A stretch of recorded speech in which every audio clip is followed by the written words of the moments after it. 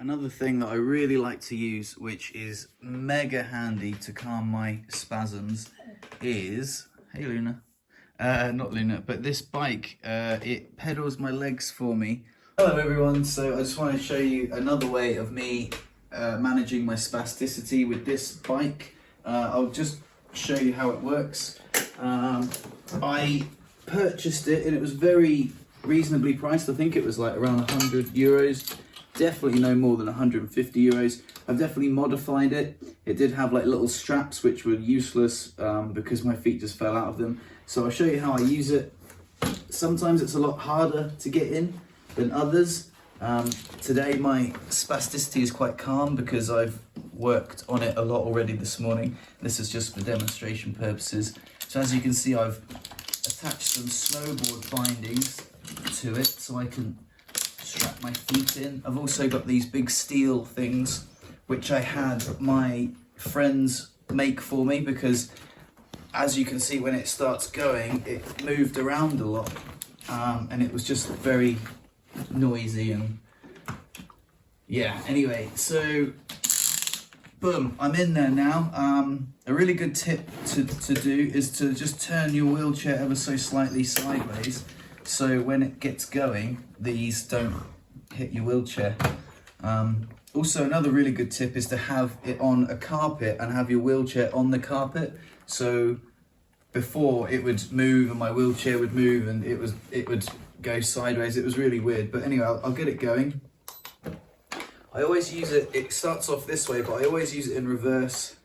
Maybe it's personal preference, but I just find it works better in reverse. And then yeah, I've just got the remote here and I usually crank up the speed gently because normally my legs are quite spazzy and sort of I start off slow and then yeah, I just do this for maybe 10-15 minutes at a time. Sometimes listen to music, sometimes meditate, but yeah, it's really good. So this is on 6, which is like half its maximum speed, and as you can see, I'm quite comfortable.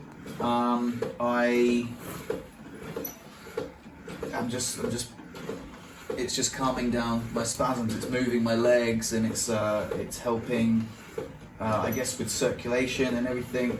I will give you another top tip actually.